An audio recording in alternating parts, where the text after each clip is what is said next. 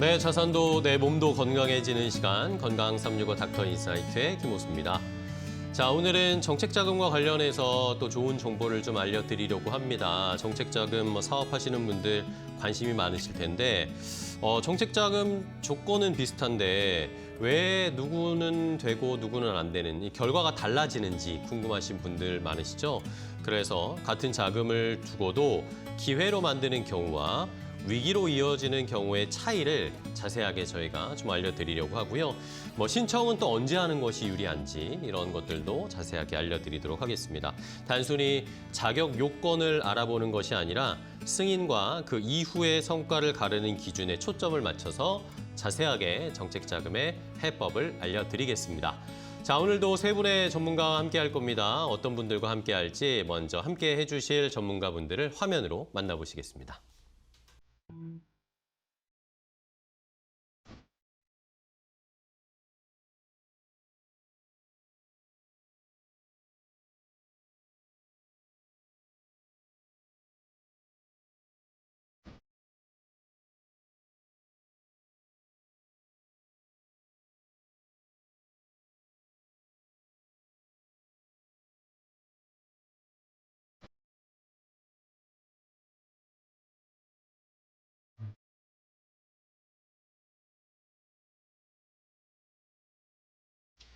자, 세 분의 전문가 바로 만나보죠. 한 분 한 분도 인사를 나눠보도록 하겠습니다. 가장 먼저 나랏돈 인증 기업심사관 안정현 심사관님이십니다. 안녕하세요. 반갑습니다. 네, 안녕하세요.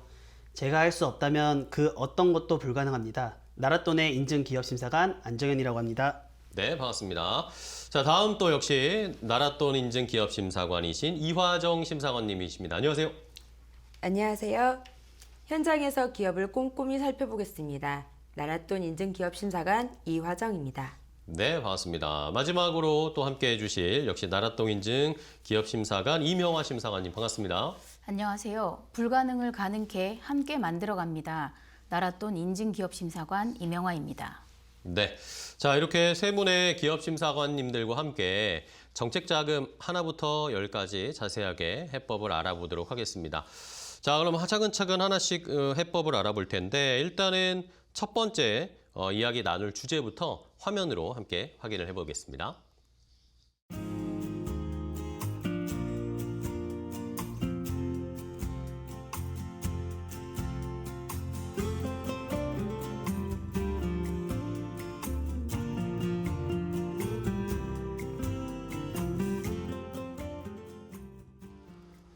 자, 첫 번째 이야기 나눠볼 주제, 우리 사업하시는 대표님들이 가장 궁금해하실 것 같습니다. 정책자금 왜 누구는 되고 누구는 안 될까? 내가 안 되는 기준은 뭘까? 이유는 뭘까? 이런 것들이 아마 많이 궁금해하실 것 같은데 그럼 차근차근 한 분씩 이야기를 나눠볼게요. 일단 안정현 심사관님과 좀 질문을 드릴 텐데 제가 정책자금을 이게 누구는 되고 누구는 안 되는지 기준을 모르니까 다시 도전해도 자꾸 실패하는 경우도 있고 그러는 것 같습니다. 근데 또 이렇게 거절되다가 또 어떨 때는 갑자기 승인이 되는 경우도 있고요. 요 결과가 같은 심사여도 어떻게 준비하느냐에 따라서 달라진다고 하던데 우리가 쉽게 이해할 수 있을 그런 예시가 좀 있을까요? 네, 실제로 정책자금을 여러 차례 받았다가 승인으로 전환되는 사례는 생각보다 많은데요. 그리고 이런 사례들의 공통점은 조건이 바뀌었다기보다는 준비 방식이 좀 달라졌다는 점입니다. 대표적인 사례를 하나 소개해드리겠습니다. 수도권에서 개인 사업체를 운영 중인 대표님은 정책자금 신청 과정에서 3차례나 연속 부결 통보를 받았는데요. 매출 규모나 신용 상태는 최소 기준을 충족하고 있었지만 심사 결과에는 늘 같은 문장이 반복되었습니다. 사업의 지속 가능성과 자금 활용 계획이 충분히 설명되지 않았더라는 점인데요. 네. 그 대표님은 이 결과를 단순히 사업성이 부족해서라고 받아들였습니다. 하지만 심사를 거듭하면서 문제는 사업성보다는 그 사업을 어떻게 설명했느냐에 있다는 걸 깨닫게 되었고요. 네 번째 신청부터는 접근 방식을 완전히 바꿨습니다. 막연한 매출 성장 기대를 말하는 대신에 과거 매출이 왜 흔들렸는지, 그 원인이 무엇이었는지, 그리고 그 그 문제를 해결하기 위해서 실제로 어떤 조치를 했는지에 대한 부분들을 차분하게 정리해 설명했는데요. 또 정책자금이 투입될 경우 운전자금 및 고정비, 구조는 좀 어떻게 개선되며 그 결과 매출 흐름이 달라질 수 있는지에 대한 부분들을 하나의 흐름으로 연결해 제시했습니다. 그 결과 사업에는 변화가 없었음에도 불구하고 해당 신청은 바로 승인으로 이어졌습니다. 전문가들은 이 사례를 두고 정책자금 심사는 단순히 사업성을 확인하는 대출 심사가 아니라 대표자가 자신의 사업을 얼마나 이해하고 있는지를 보는 과정이라며 같은 조건이라도 준비와 설명의 수준에 따라서 결과는 충분히 달라질 수 있다고 설명합니다. 결국 정책자금 심사에서 중요한 건 얼마를 벌고 있느냐보다 이 사업을 왜 그리고 어떻게 나아갈 것인가를 설득력 있게 보여주는 것이라고 볼 수 있겠습니다. 네, 알겠습니다. 자, 본인의 사업을 얼마나 잘 이해하고 있는지, 그걸 또 어떻게 합리적으로, 이성적으로 설명할 수 있는지, 논리적으로, 이것이 오히려 중요하다. 상황이 똑같은데도 결과는 달라질 수 있다. 준비를 어떻게 하고 설명하느냐에 좀 달라질 수 있다라는 걸 알려주셨는데, 그러면 이번에 이명화 심사관님께 아무래도 뭐 상담 많이 해보시고 이 대표님들 만나보시겠지만 가장 많이 하시는 질문이 그러면은 저도 정책자금 받을 수 있나요? 이런 질문 아마 제일 많이 하실 것 같아요. 같은 자영업자이고 뭐 같은 비슷한 상황인처럼 보이는데 누구는 되고 누구는 안 되고 이게 왜 그런지 그 이유가 뭔지를 알아야 될 것 같습니다. 네, 정책자금 상담을 하다 보면 말씀하신 질문을 정말 많이 받게 되는데요. 이 질문의 핵심은 정책자금은 사람을 비교하는 제도가 아니고 각 사업의 상태를 비교하는 제도라고 보시면 됩니다. 네네. 같은 업종, 같은 지역, 같은 시기에 사업을 시작했더라도 결과가 다른 이유는 심사가 개인의 의지나 노력보다는 사업이 지금 어떤 구조에 놓여 있는지를 보기 때문이죠. 이 상황은 또 이렇게 비유할 수가 있는데요. 같은 재료를 가지고 요리를 해도 누가 어떻게 만들었느냐에 따라 완성된 음식이 전혀 달라지는 것처럼 정책자금도 마찬가지입니다. 겉으로 보이는 조건이 비슷해 보여도 사업 전체의 상태를 한 번에 살펴보는 과정이라고 봐주시면 됩니다. 네. 자, 그러면은 이화정 심사관님께 이 심사에서는 그럼 구체적으로 어떤 것들을 보는 건지가 궁금해요. 네, 여러 가지가 있는데요. 네. 첫 번째는 이 사업이 실제로 운영되고 있는지입니다. 매출이 얼마 정도 있었다는 말보다 중요한 것은 공식적으로 확인 가능한 형태인지가 중요합니다. 예를 들면 매출, 부가세 신고, 연체 이력 등 정확한 지표를 보고 판단하기 때문에 같은 매출이라도 기록이 다르면 평가는 달라질 수 있습니다. 두 번째는 이 사업자가 돈을 감당할 수 있는 상태인지입니다. 신용점수가 같아도 빚이 안정적으로 관리되고 있느냐에 따라서 달라질 수도 있습니다. 위에 말씀드렸다시피 사업의 형태를 보고 판단하기 때문에 정부에서 사업자에게 자금을 주었을 때 미래를 보고 이 자금을 감당할 수 있는지, 즉 매출을 올려 잘 상환할 수 있는지에 대한 부분도 정확히 보고 있습니다. 즉 조건이 같아도 결과가 다른 이유는 이런 부분에서 갈리는 경우가 많습니다. 세 번째는 신청한 정책자금이 지금 사업의 단계와 맞는지입니다. 정책자금은 모두 같은 목적의 돈이 아닙니다. 창업 단계에 맞는 자금이 있고 성장 단계에 맞는 자금이 있습니다. 이 단계가 어긋나면 조건이 비슷해 보여도 결과는 달라집니다. 그렇기 때문에 신청 시점과 준비 정도의 차이도 영향을 줄 수밖에 없습니다. 정책자금은 예산이 정해져 있고 내 사업자 상황에 맞는 상품을 찾아 진행하느냐에 따라 결과가 달라질 수도 있습니다. 정책자금은 국민의 세금으로 운영되는 제도이기 때문에 심사가 까다로울 수밖에 없습니다. 단순히 버티라고 주는 돈이 아니라 이 사업에 자금을 투입했을 때 앞으로 성장 가능성을 보고 미리 점검하는 자금이기 때문입니다. 결국 정책자금은 심사의 핵심은 하나입니다. 지금 정부 자금을 투입했을 때 이 사업이 다시 회수 가능한 구조인가? 이 질문에 대한 판단입니다. 그래서 정책자금은 누구에게나 동일하게 주어지는 기회가 아니라 조건이 맞는 사업에 한 해가 결정되는 제도라고 이해하시면 됩니다. 그렇군요. 자금을 정부에서 투입을 했을 때 이게 다시 회수 가능한 사업인지 그런 구조를 좀 본다라는 것이고요. 그러면 안정인 심사관님께 근데 뭐 정책 자금을 저희가 신청을 하고 이 지원하고 하는 과정을 생각을 해보면 뭘 준비해야 되지라고 생각할 때 보통은 그냥 매출이라든지 아니면은 뭐 신용 점수 같은 게 중요하지 않을까라는 생각이 드는데 실제 심사에서도 이런 숫자가 중요한가요? 아닌가요? 어떻게 보세요? 그렇습니다. 숫자는 사실 참고는 합니다. 네, 참고는 하지만 실제 심사에서 더 중요하게 보는 건 이 사업이 얼마나 정리된 상태인가라는 걸 더 보게 되는데요. 정책자금 심사는 단순히 숫자를 나열해 비교하는 과정이 아니라 사업 전체의 상태를 한 번에 점검하는 상태라고 봐주시면 될 것 같습니다. 사업 전체라고 하면 단순 숫자로 표기된 지표보다는 그에 맞는 좀 정확한 계획이라든지 구체적인 목표, 사업의 의지 등이 다 포함되어 있는데요.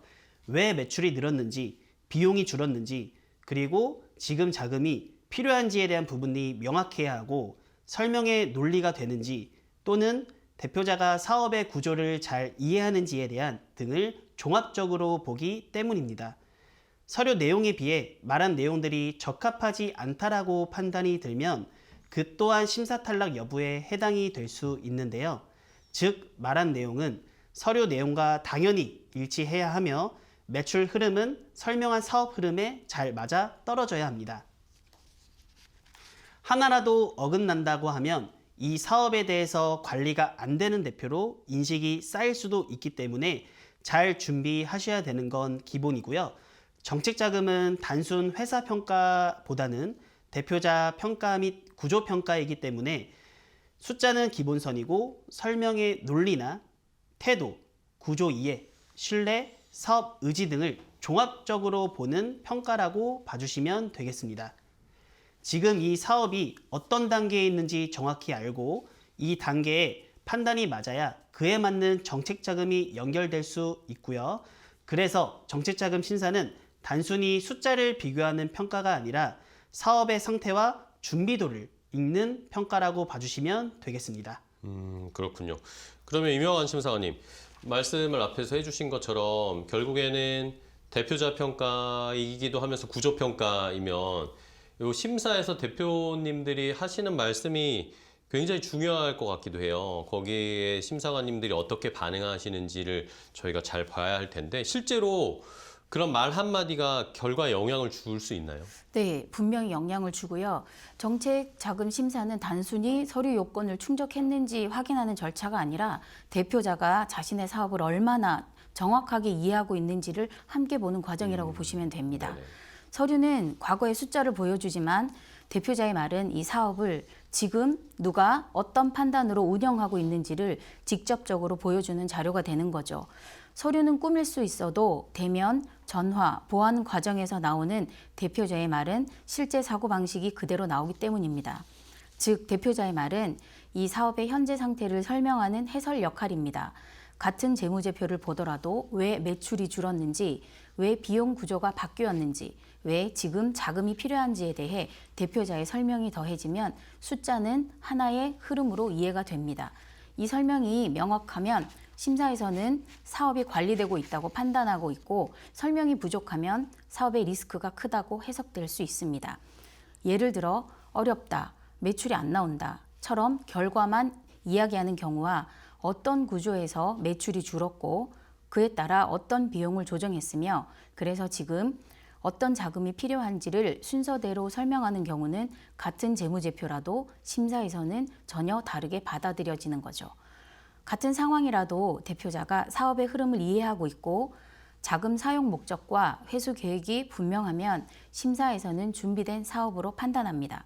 정부에서는 이 자금으로 사고 나는 경우를 대비해 사업체의 본질인 대표자의 마인드를 많이 볼 수 있기 때문인 거죠. 준비할 수 있는 팁은 이 사업체의 스토리텔링, 미래 계획, 구체적인 설명 등입니다. 준비된 대표자의 말이 신뢰도에 엄청난 영향을 주기 때문인데요. 그렇다고 착각해서는 안 되는 게 대표자의 말이 중요하다고 해서 단순히 사업 구조는 이렇습니다. 필요합니다. 열심히 하겠습니다. 또는 버텨보겠습니다. 라는 표현보다는 구체적이고 명확하게 표현하여 어떤 부분이 개선되고 어떻게 회수 가능성이 생기는지를 차분하게 설명하는 것이 아주 중요합니다.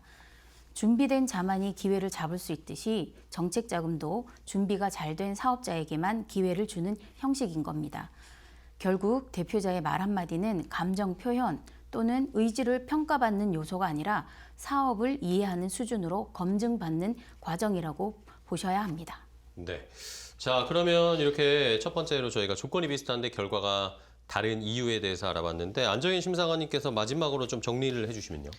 네, 정책 자금은 사업자들을 살리려고 하는 제도인 만큼 준비된 사람에게만 유리하게 적용되는 제도입니다. 정부에서 주는 유리한 제도를 잘 활용해 사업 준비 잘 하시길 바라겠습니다. 네, 알겠습니다. 자, 첫 번째 이야기를 함께 나눠봤고요. 자, 그럼 계속해서 이 세 분과 함께 두 번째 또 주제로 넘어가 보겠습니다. 두 번째 또 어떤 내용이 기다리고 있을지 화면으로 함께 확인해 보시죠.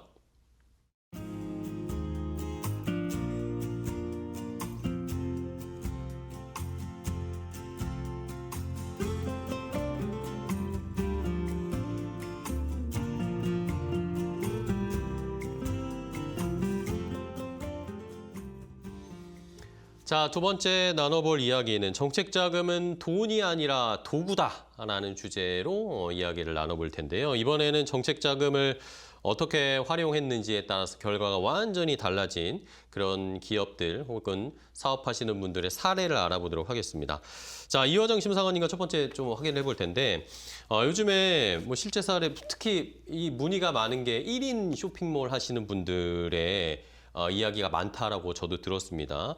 이렇게 혼자 운영하는 쇼핑몰도 정책 자금을 지원받을 수 있을까요? 가능한가요? 네, 충분히 가능합니다. 오늘 소개해드릴 사례도 직원 없이 혼자 쇼핑몰을 운영하시는 사업자분 이야기입니다. 네. 스마트 스토어 기반의 1인 쇼핑몰 사업이시고 집에서 혼자 상품 등록과 포장, 그리고 고객 불만 접수까지 전부 처리하고 계셨습니다. 문제는 매출이 있어도 항상 자금이 빠듯했다는 것이 문제였죠. 재고를 충분히 확보할 여력이 없었고 잘 팔리는 상품도 금방 품절이 됐습니다.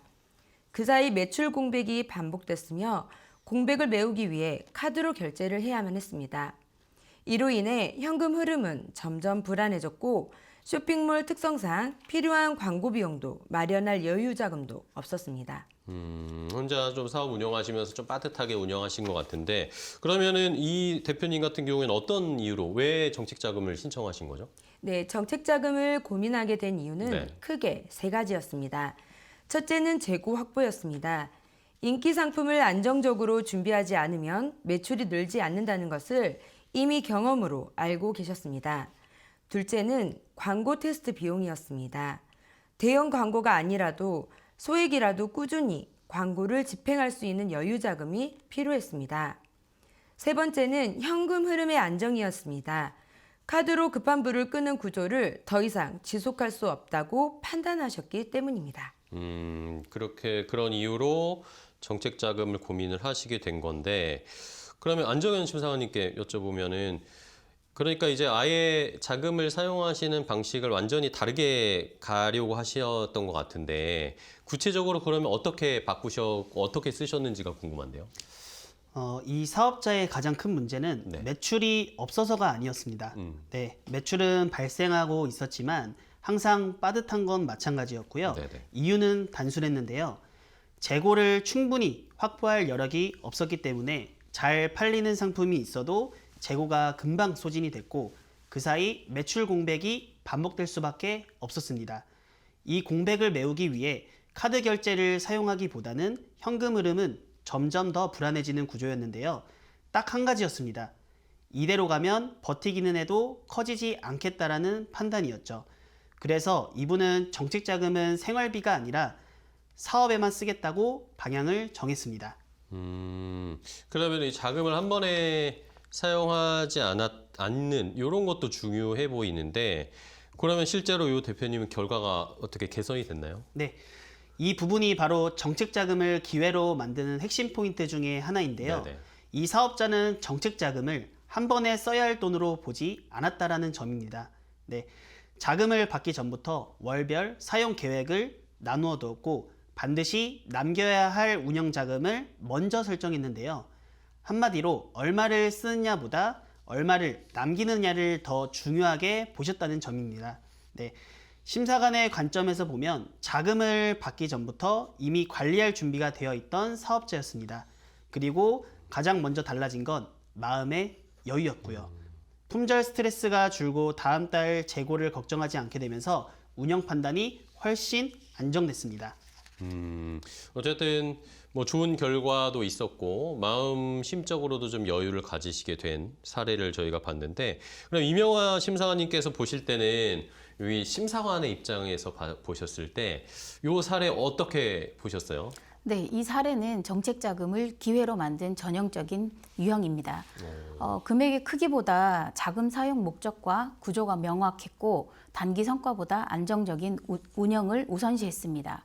심사 과정에서도 이런 사업자에게는 신뢰도가 높게 평가됩니다. 정책 자금의 본래 취지에 가장 부합하는 활용 방식이라고 볼 수 있는 거죠.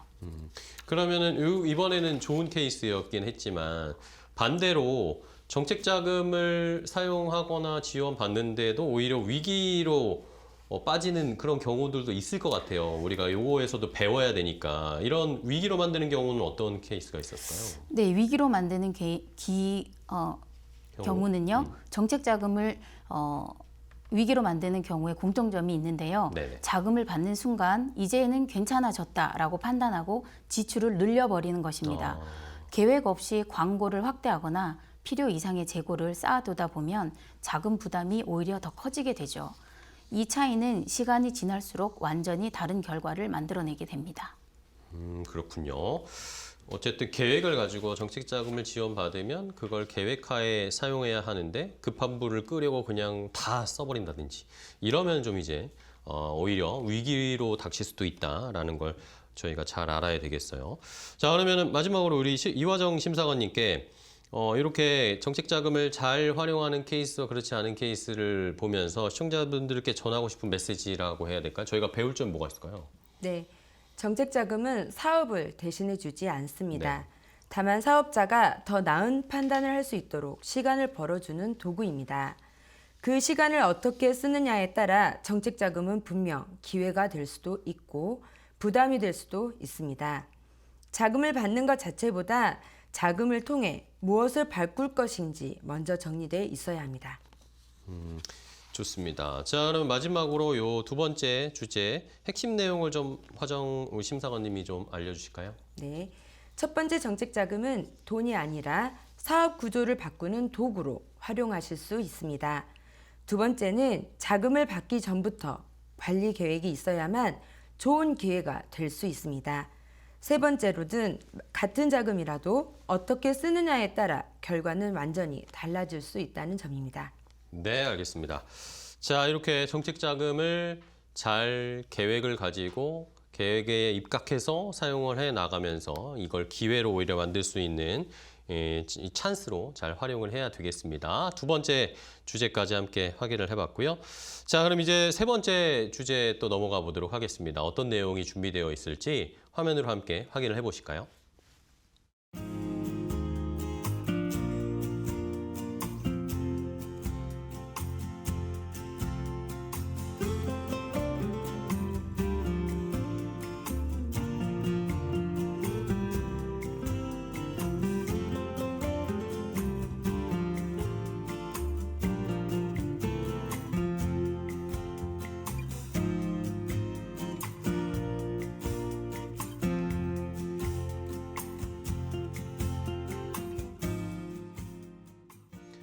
자, 세 번째 나눠볼 이야기 주제는 정책자금, 그러면 언제 신청을 해야 유리할까? 이것도 아마 시청자분들, 사업하시는 분들은 많이 궁금해하실 것 같습니다.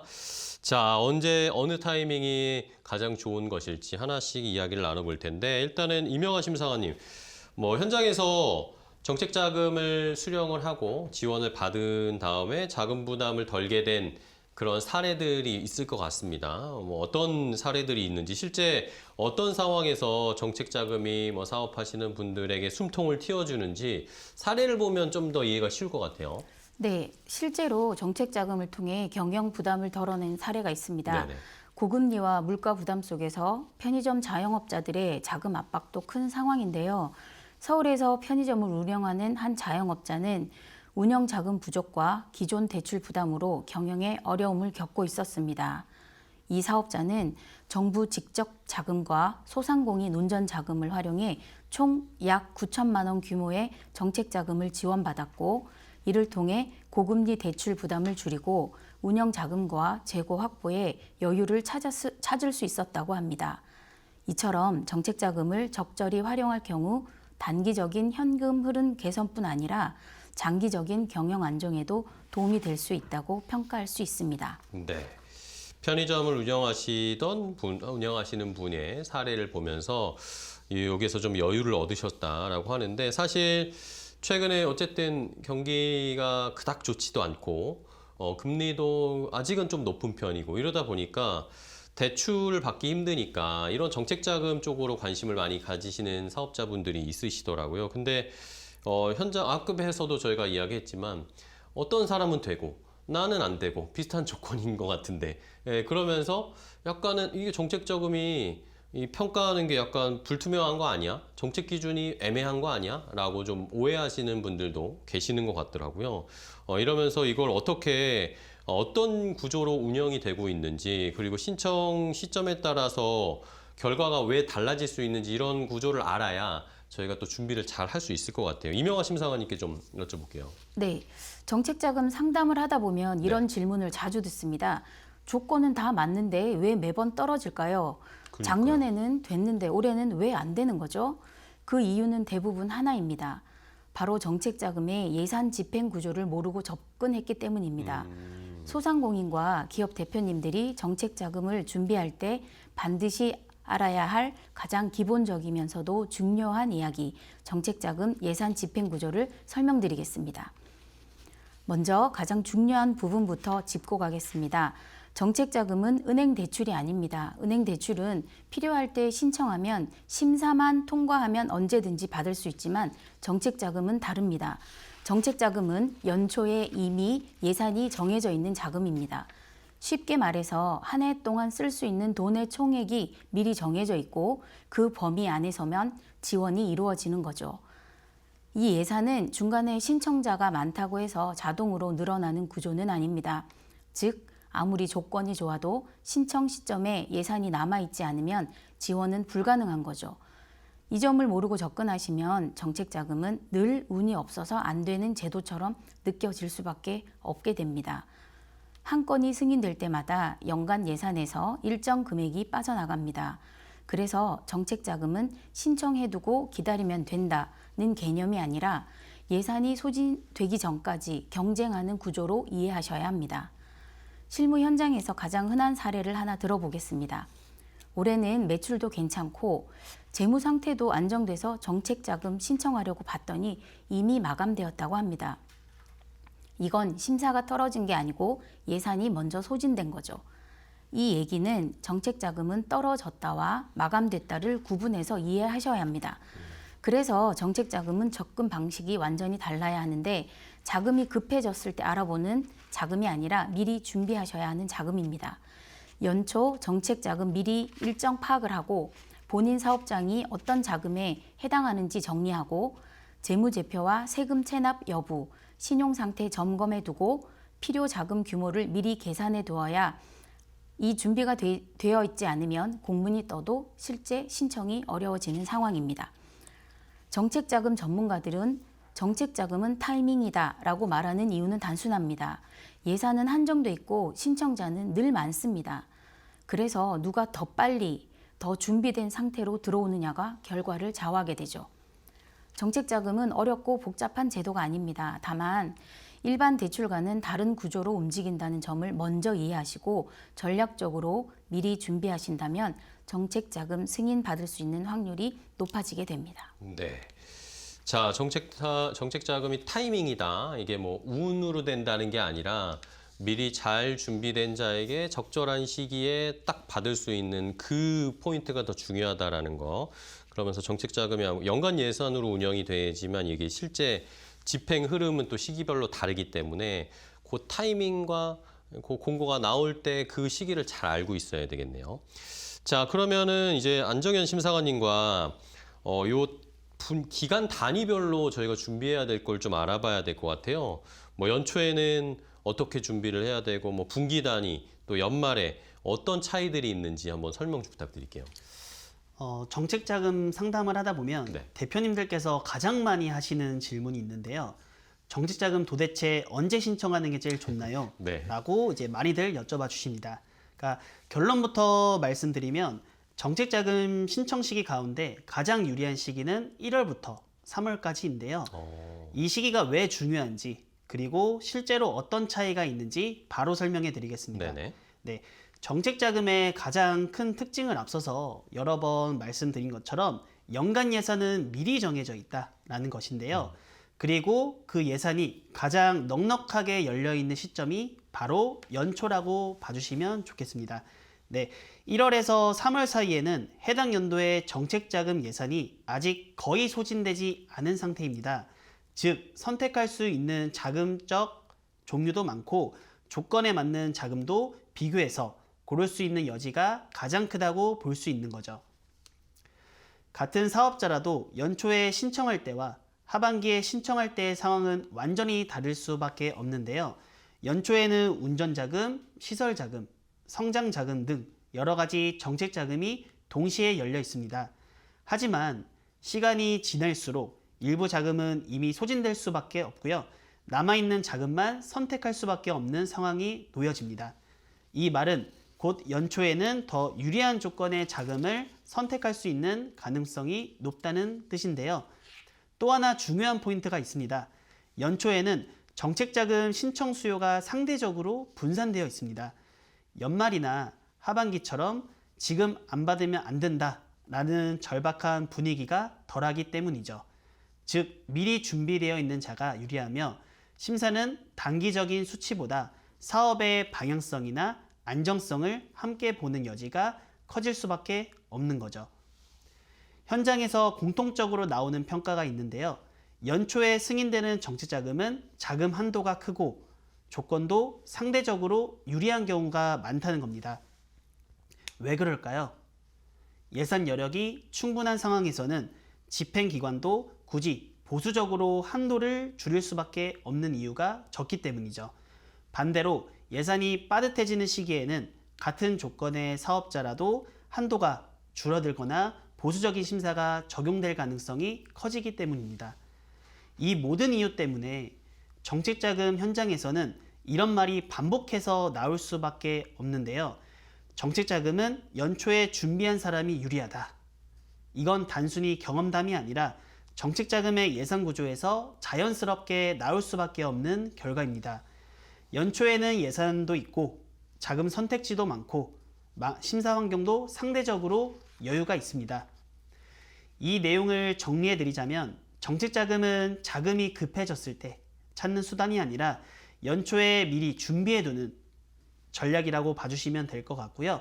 특히 1월에서 3월 이 시기를 놓치지 않기 위해서는 재무상태 점검, 필요자금, 규모 정리, 자격 요건을 확인을 미리 해두시는 게 좋습니다.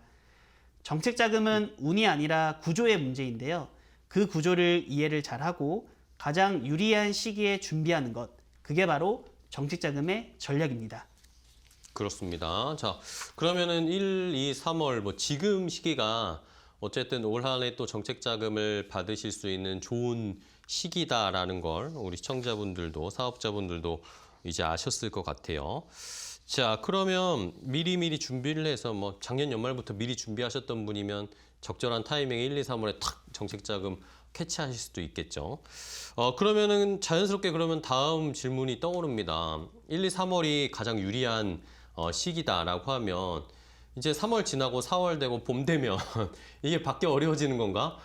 경쟁이 치열해지는 건가? 이런 생각이 드는데 우리 이화정 심사관님께 4월 이후에는 그럼 정책자금 어떻게 접근하고 준비하는 게 좋을지 좀 알려주세요. 네. 4월 이후 중반기로 접어들면 정책자금 환경은 분명히 변하기 시작합니다. 네네. 연초에 열려있던 예산은 시간이 지날수록 점진적으로 소진됩니다. 이 말은 곧 정책자금을 운영하는 기관 입장에서도 자금을 더 신중하게 집행할 수밖에 없다는 뜻입니다. 그래서 이 시기부터는 심사 기준이 이전보다 더 보수적으로 적용되는 경우가 많아집니다. 중반기 심사에서 가장 중요하게 보는 포인트도 달라집니다. 단순히 정책 취지에 맞느냐보다는 실제 사업의 안정성을 더 깊게 들여다봅니다. 구체적으로 보면 매출이 꾸준히 발생하고 있는지, 재무 상태가 급격히 나빠지지는 않았는지, 신용도에 문제가 없는지, 세무신고 내역이 성실한지, 제출 서류가 정확하고 완성도가 높은지, 이런 요소들이 심사 결과에 직접적인 영향을 미치게 됩니다. 중반기에 가장 많이 실패하는 경우는 일단 한번 접수 신청해보자 라는 이 접근은 오히려 중반기에는 독이 될 수 있습니다. 왜냐하면 이 시기에는 심사 여력이 줄어들면서 서류나 조건이 미흡한 신청은 초기 단계에서 바로 걸러지는 경우가 많기 때문입니다. 중반기에는 한 번의 신청이 더 중요해지는 시기라고 보셔야 합니다. 그렇다고 해서 중반기에는 기회가 전혀 없는 건 아닙니다. 정책 자금은 분기별로 추가 배정이 이루어지거나 특정 목적의 자금이 한시적으로 열리는 경우도 적지 않습니다. 예를 들어 재난, 재해 대응 자금, 경기 보완 성격의 긴급 자금, 특정 업종이나 계층을 대상으로 한 자금 등 이런 자금들을 중반기에도 새롭게 등장할 수 있습니다. 그래서 중반기의 핵심 전략은 한 가지입니다.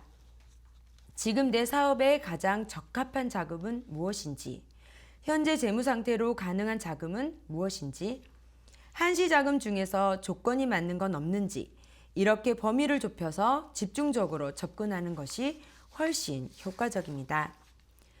중반기 정책자금 준비를 위한 포인트를 정리해 드리겠습니다.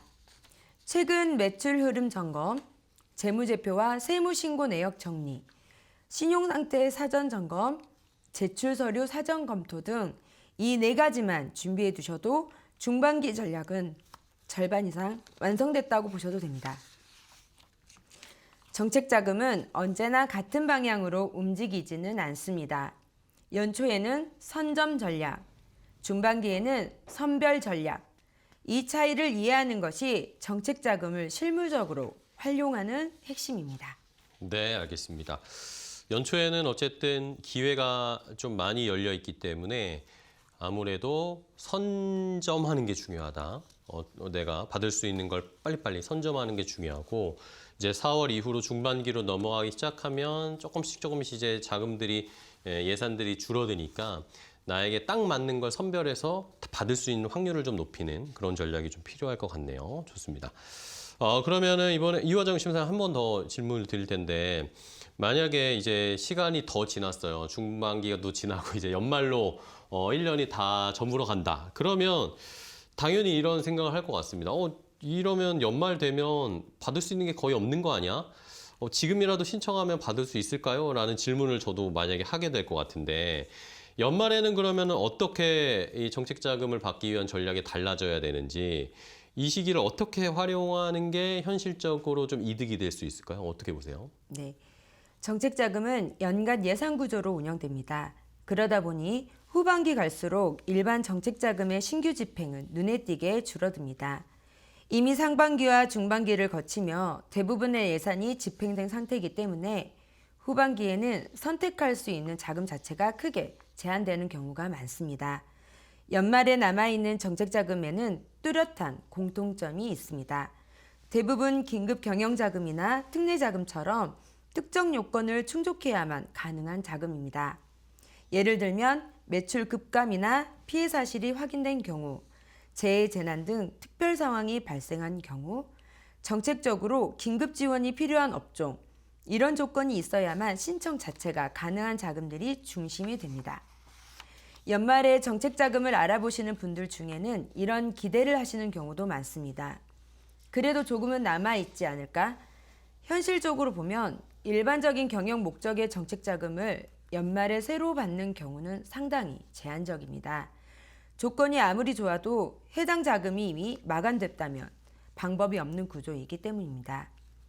그래서 연말은 정책 자금을 새로 받기 위한 시기라기보다 다음에 연초를 준비하는 시간으로 활용하는 것이 훨씬 현실적입니다. 연말은 오히려 차분하게 사업을 정리하고 기본 체력을 점검하기에 가장 좋은 시기이기도 합니다. 이 시기에는 해두셔야 할 것이 있습니다. 재무 상태 점검, 연간 매출 흐름 정리, 세무 신고 확인 내역, 미비한 서류 정비, 이 준비에 따라 다음에 정책자금 결과는 크게 달라질 수 있습니다. 정책자금에서 연초가 가장 중요하다는 말씀 여러 번 말씀드렸는데요. 그 연초를 제대로 활용하려면 준비는 반드시 연말에 끝나 있어야 합니다. 연초는 공고가 뜨고 신청이 몰리고 자금이 빠르게 소진되는 시기입니다. 그때 가서 준비를 시작하면 이미 늦는다고 봐야 합니다. 그럼 연말에 꼭 점검하셔야 할 내용 정리해드리면 재무제표와 손익구조 점검, 세금 체납 여부 확인, 신용상태 확인, 필요자금 규모 정리, 이 4가지만 정리해 두셔도 다음에 연초 전략의 출발선에서 계시는 겁니다. 정책자금은 급할 때 쓰는 자금이 아닙니다. 준비한 사람에게 열리는 자금입니다. 연말은 조급해질 필요가 없습니다. 이 시기를 어떻게 쓰느냐가 다음 해의 결과를 좌우합니다. 네, 알겠습니다. 연말에는 말씀해 주신 것처럼 새해를 준비하는 게 더 중요할 것 같네요. 연말에 잘 말씀해 주신 재무제표 한번 점검해보고 세금 체납한 거 없는지, 내 신용상태, 대표분들의 신용상태 어떤지, 내가 또 얼마나 어느 정도의 자금이 필요한지를 한번 쭉 정리를 해보면서 연초에 많은 기회들을 잘 잡을 수 있는 준비를 하는 게 차라리 낫다라는 그런 의견을 주셨네요. 잘 참고를 해보겠습니다. 자, 그럼 이명화 심사관님께 정책자금 신청을 할 때 저희가 계속 세 분도 계속 강조해 주셨지만 미리 준비하는, 사전에 준비하는 게 정말 중요하다라고 계속 말씀을 해주셨는데 그러면 실제로 서류나 이런 요건들을 미리 갖춘 사업자분들이 정책자금을 받는데 더 구조적으로도 유리한 상황인 건가요? 네, 맞습니다. 현장에서는 자금이 급해진 뒤에야 정책 자금을 알아보는 경우도 적지 않습니다. 그렇죠. 하지만 이미 이 경우는 매출이 감소했거나 재무 상태 악화가 발생했을 가능성이 높아 정책 자금 심사에서 오히려 불리하게 작용할 수 있습니다. 반면 경영상 여유가 있을 때 미리 준비한 사업자는 재무제표와 신용상태가 안정돼 심사 과정에서 긍정적인 평가를 받을 여지가 높습니다. 이 때문에 정책자금을 급할 때 찾는 대출이 아니라 사전에 미리 준비하는 재무관리 수단으로 이해할 필요가 있습니다. 알겠습니다. 자, 그러면은 마지막으로 이명화 심사관님께 이번 내용 핵심 정리를 좀 부탁드릴게요. 네, 고사성어 중에 선즉재원이란 말이 있습니다. 이 말은 먼저 움직이면 주도권을 잡는다는 말입니다. 즉, 정책자금은 먼저 앞서서 미리미리 준비하면 주도권을 잡을 수 있고 사업체의 든든한 도구로 활용될 수 있습니다. 알겠습니다. 자, 오늘 세 분의 기업심사관, 나랏돈 인증 기업심사관 세 분과 함께 정책자금을 어떻게 준비해야 되고 왜 나는 잘 안 되는지, 또 언제 준비해야 하는지 한번 자세하게 알아봤습니다. 시청자분들께 좋은 정보가 됐으면 합니다. 자, 오늘 세 분의 심사관님 너무 좋은 정보 알려주셔서 감사하고요. 다음에 또 뵙도록 하겠습니다. 오늘 고생 많으셨습니다. 고맙습니다. 감사합니다. 감사합니다. 건강 365 닥터 인사이트, 오늘 저희가 준비한 정보는 여기까지 전해드리도록 하겠습니다. 저희는 내일 또 더 좋은 정보 가지고 찾아뵙도록 하겠습니다. 시청해주신 여러분 고맙습니다.